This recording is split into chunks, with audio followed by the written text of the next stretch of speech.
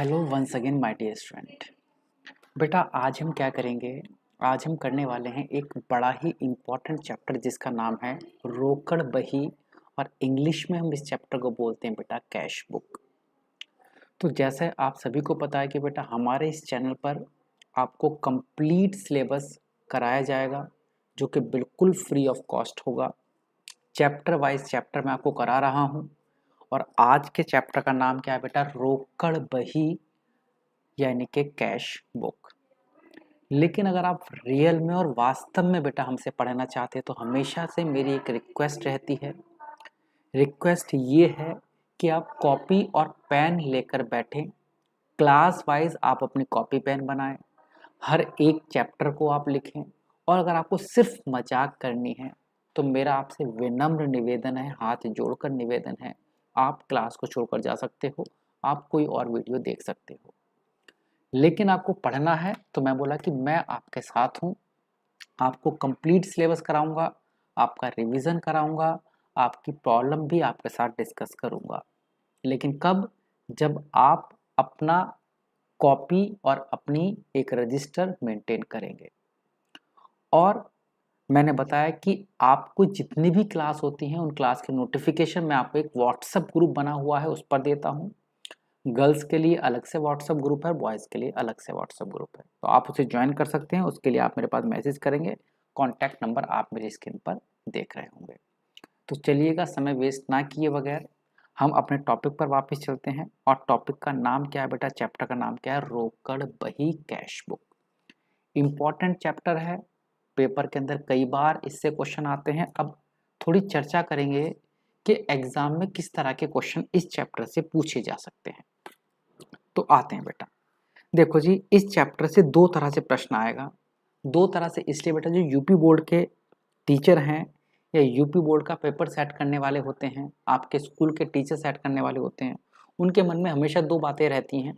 और ऐसे ही हमारा पैटर्न बनाया गया है कि कुछ बच्चे ऐसे हैं जो कभी ट्यूशन नहीं पढ़ पाते और कुछ बच्चे ऐसे हैं जो ट्यूशन पढ़ पाते हैं। तो अब बात ये है, जो बच्चे ट्यूशन नहीं पढ़ पाते तो क्या वो फेल हो जाने चाहिए या उनके कम नंबर आने जरूरी हैं? नहीं ना भाई, ट्यूशन लगाना सबके कैपेबिलिटी नहीं होती। और मैं तो ये बोल रहा हूँ कि जिन्होंने अभी भी ट्यूशन लगा रखा है तो आपसे फिर से मेरा निवेदन है, भाई ट्यूशन छोड़ दो। किस लिए ट्यूशन की आवश्यकता है जब आपको पूरा सिलेबस कराया जाएगा। लेकिन तभी बेटा हमें पढ़ाने में आनंद आता है जब आप भी आनंद लो, आप भी इंटरेस्ट लो। आप इंटरेस्ट लोगे तो मुझे इंटरेस्ट आएगा। सोचो बेटा, मैं पढ़ा दूं और आप मेरी बात सुनो भी ना, आपको लगे कि छोड़ो। आपको पता नहीं बेटा, एक क्लास लेने के लिए हमें कितनी तैयारी करनी पड़ती है। आपकी सारी पीडीएफ बनानी है, पूरे दिन बैठकर टाइपिंग करनी है, फिर वीडियो बनानी है, अपलोड करना है, थंबनेल बनाना है, बहुत सारे काम।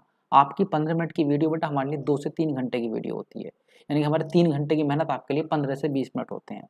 और आप अपने वो 15 मिनट भी नहीं देना पसंद करते। आपको लगता है यार हमारा तो टाइम वेस्ट हो रहा है, हमारा तो डाटा जा रहा है ना। खैर छोड़िएगा। बात थी एग्जाम में जो पेपर सेट किया जाता है वो कैसे सेट करते हैं, उसकी हम थोड़ी सी चर्चा कर रहे थे। देखो बेटा, ये जो कैश बुक है, कैश बुक या मैं क्या बोल सकता हूँ इसे, रोकड़ बही।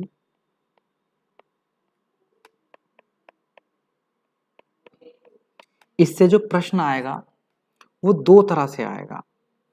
या तो हो सकता है वो आपसे इसकी थ्योरी यानी कि पूछ ले कि कैश बुक क्या होती है, रोकड़ बही क्या होती है, कितने प्रकार की होती है, कैसे बनाई जाती है। या वो आपको एक क्वेश्चन देगा। क्वेश्चन क्या देगा?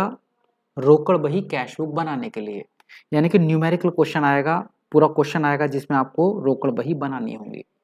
यानी कि या तो आप और करके क्वेश्चन आता है, या तो आपके पास थ्योरी आ जाएगी। अगर आप रोकड़ बही नहीं बनाना चाहते तो आप थ्योरी लिख सकते हो, और अगर आपको थ्योरी नहीं आती तब आप क्वेश्चन कर सकते हो। अब दोनों के अपने फायदे हैं। वो बच्चे जो कहीं ट्यूशन नहीं पढ़ते बेटा और कहीं पर नॉर्मली क्लास नहीं ले पाते, तो वो नॉर्मली क्या करते हैं, थ्योरी घर से याद कर लेते हैं, रट लेते हैं, वो लिख कर चले आते हैं। लेकिन इसमें थोड़े से कम नंबर मिलते हैं। कैसे नंबर मिलेंगे बेटा आपको? कम। थ्योरी पर हमेशा कम नंबर मिलते हैं। लेकिन अगर आप न्यूमेरिकल क्वेश्चन सॉल्व करते हो, कैश बुक का एक क्वेश्चन आता है, अगर वो सॉल्व करते हो, मान लो 10 नंबर का क्वेश्चन है, तो 10 आउट ऑफ 10 मिलेंगे। लेकिन वो तभी कर पाएंगे जब आपको इसे बनाना आता हो। लेकिन फिर से मैंने कहा कि दोनों ही क्वेश्चन आएंगे और करके, या तो कैश बुक बनाने के लिए आएगा या आपके पास नॉर्मल क्वेश्चन आएगा। और हमें दोनों ही चीजें बेटा मैं आपको सिखाऊंगा। मैं लगभग 2 क्लास लूंगा थ्योरी सिखाने के लिए और लगभग 5 क्लास लूंगा आपको न्यूमेरिकल क्वेश्चन सिखाने के लिए। तो मैं आपको थ्योरी भी सिखा दूंगा, मैं आपको न्यूमेरिकल क्वेश्चन भी सिखा दूंगा। अब आपको जो बेटर लगेगा एग्जाम में उस तरह का आप कर सकते हैं। तो चलिएगा अपने टॉपिक पर चलते हैं। तो आज की एक क्लास आज होगी कैश बुक की, एक क्लास कल होगी कैश बुक की। ये 2 क्लास होने के बाद आपकी कैश बुक हो जाएगी कंप्लीट, थ्योरी वाला पार्ट। फिर 5 क्लास में लूंगा इसके न्यूमेरिकल क्वेश्चन कराने के लिए, कैश बुक बनाई कैसे जाती है, रोकड़ बही बनाई कैसे जाती है, उन सब की चर्चा करेंगे। चलिएगा तो थ्योरी पर आते हैं। मैं यहाँ भी कोशिश करूंगा कि मैं आपको रटवा दूं कि ये रोकड़ बही कैश बुक होती क्या चीज़ है और कितने प्रकार की होती है और किस तरह से बनाई जाती है। मैं सब चीज़ें बेटा आपको बहुत ही आराम के साथ में, बहुत जल्दबाजी ना करके आराम से समझाता हूँ। देखो बेटा, रोकड़ बही होती क्या है। हर एक कंपनी में, हर एक संस्था में एक किताब बनाई जाती है, एक अलग से रजिस्टर बनाया जाता है और उस रजिस्टर में क्या लिखा जाता है। मान लो क्या किया आपने, कोई सामान कैश में बेचा तो उस रजिस्टर में लिख देंगे भैया इतना कैश आया। फिर कैश में खरीदा, उस रजिस्टर में लिख देंगे भैया इतना कैश गया। किसी को सैलरी दी, उस रजिस्टर में लिख देंगे, सैलरी मिली उस रजिस्टर में लिख देंगे। यानी कि एक अलग से किताब बनाई जाएगी, उस किताब के अंदर सारा कैश आया हुआ दिखाया जाएगा, सारा कैश गया हुआ दिखाया जाएगा। कैश आया कैश गया, चेक आया चेक गया, मीनिंग सिर्फ कैश और चेक का लेन देन एक पुस्तक में दिखा दिया जाता है। और उसी ही पुस्तक को जिसमें रोकड़ के बारे में, कैश के बारे में लिखा हुआ, चाहे इंग्लिश मीडियम के हिंदी मीडियम के, बेटा इतना अंतर है, इंग्लिश मीडियम में कैश बोल देते हैं, हिंदी मीडियम में से रोकड़ बोल देते हैं। रोकड़ का आना और रोकड़ का जाना, कैश का रिसीव होना या कैश का पेमेंट होना। तो ऐसी पुस्तक, ऐसी बही, ऐसी बुक जिसके अंदर रोकड़ का आना और जाना दिखाया जाता है, उसी बही को हम क्या बोलते हैं, उस बही को हम बोलते हैं बेटा रोकड़ बही या फिर कैश बुक। ठीक है। इसमें संस्था के सभी नगद लेन देन को लिखा जाता है, नगद, उधार वालों को नहीं। भाई उधार में सामान बेचा तो कैश बुक में तो नहीं आएगा ना बेटा, ना कैश आया ना गया। उधार में खरीदा तो भी नहीं आएगा, लेकिन उधार का पैसा मिला तो आएगा। तो एक बार डेफिनेशन पढ़ते हैं, देखो क्या लिखी है इसमें। जिस बही में रोकड़ संबंधी लेन देनों का लेखा किया जाता है, बही का मतलब बेटा किताब से होता है, बुक से होता है, या जिस बुक में रोकड़ के लेन देन का लेखा किया जाता है उस बही को रोकड़ बही यानी कि कैश बुक कहते हैं। रोकड़ बही किसी व्यापार की एक महत्वपूर्ण सहायक बही होती है बेटा, ये सपोर्टिंग बुक है, बड़ी ही इंपॉर्टेंट होती है, जो प्राय छोटे व बड़े सभी प्रकार के व्यापारी द्वारा रखी जाती है। यानी कैश बुक याद रखना, कोई छोटा नहीं, छोटा व्यापारी वही रखेगा या जो बड़ा है वो रखेगा, भाई छोटे को भी रखनी है, बड़ी को भी रखनी है। उसके बाद क्या बता रखा है, जिसमें व्यापार में होने वाले प्रतिदिन, याद रखना, नगद लेन देनों का हिसाब रखा जाता है। फिर चाहे वह आय व्यय से हो, क्रय विक्रय से हो, संपत्ति से हो, दायित्व से, कुछ भी हो, मतलब पैसा का आना और पैसे का जाना, दोनों तीनों चीजें इसके अंदर लिखी जाती है।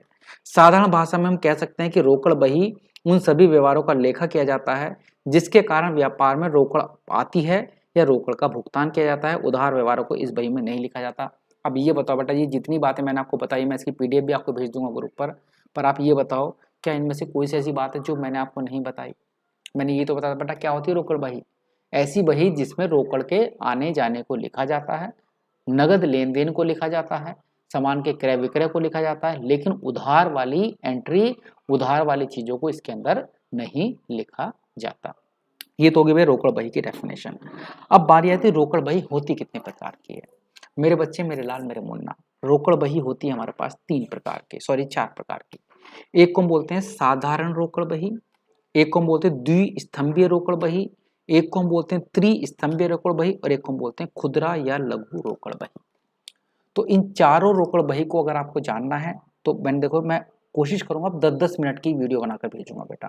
10 मिनट की वीडियो मैंने आपको बता दें कि रोकड़ बही क्या होती है, जिसमें कैश का आना और कैश का जाना लिखा जाता है। इतनी सी बात।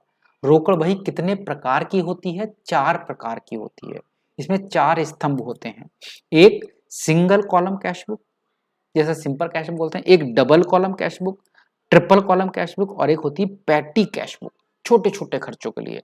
तो आपको 2 प्रश्न पता चले कि कैश बुक होती क्या है, रोकड़ बही होती क्या चीज। दूसरा को क्या पता लगा, रोकड़ बही के प्रकार कितने होते हैं बेटा, 5, 6, 7 नहीं, क्लियर है 4 प्रकार की होती है। एक स्तंभीय, 2 स्तंभीय, 3 स्तंभीय और एक खुदरा या लघु रोकड़ बही। 4 स्तंभीय नहीं, खुदरा या लघु में छोटी रोकड़ बही। तो कितने प्रकार की हुई बेटा, 4 प्रकार की। कितने प्रकार की हुई, 4 प्रकार की। एक सिंगल कॉलम या साधारण कैश बुक बोल देते हैं उसे, सिंपल कैश बुक बोल देते हैं, साधारण कैश बुक। एक द्विस्तंभीय है जिसमें 2 कॉलम होंगे, एक त्रिस्तंभीय है जिसमें 3 कॉलम होंगे, और एक छोटे छोटे खर्चों के लिए अलग से बनती है खुदरा रोकड़ बही। तो ये तो रहे रोकड़ बही के प्रकार। अगली तुरंत वाली वीडियो में मैं 2 वीडियो, सॉरी बेटा मैं थ्योरी के कहा था कि मैं 2 वीडियो में कंप्लीट करूंगा, लेकिन बेटा मैं कोशिश कर रहा हूं कि मैं थ्योरी वाली क्लास 3 वीडियो में कंप्लीट करूंगा। आज हमने रोकड़ बही समझ ली। अगली वीडियो में बेटा मैं आपको 2 प्रकार की बता दूंगा, साधारण रोकड़ बही और द्विस्तंभीय रोकड़ बही। उसके अगली वाली क्लास में मैं आपको बता दूंगा त्रिस्तंभीय और खुदरा रोकड़ बही। तो 3 क्लास में हमारी थ्योरी कंप्लीट हो जाएगी। आप तुरंत इसके बाद अगली क्लास देख सकते हो। और अगर आपको नहीं मिल रही है बेटा उसके बाद वाली क्लासेस, तो आप मुझे मैसेज करोगे, मेरा नंबर स्क्रीन पर है, आप मुझे मैसेज करोगे और मैं आपको सारी क्लास सीक्वेंस वाइज अगर दे दूंगा अगर आपको नहीं मिल पा रही है। तो उसके लिए आपको इतना तो करना होगा, आपको मुझे मैसेज करके बताना होगा कि सर हमें क्लास नहीं मिल पा रही है, आप हमें सीक्वेंस से क्लास दे दो रोकड़ बही की, वो मैं आपको दे दूंगा। चलिएगा, इसी के साथ आज की क्लास को समाप्त करते हैं। जय हिंद, जय भारत। अपना ध्यान रखें, खुश रहें, हैप्पी रहें।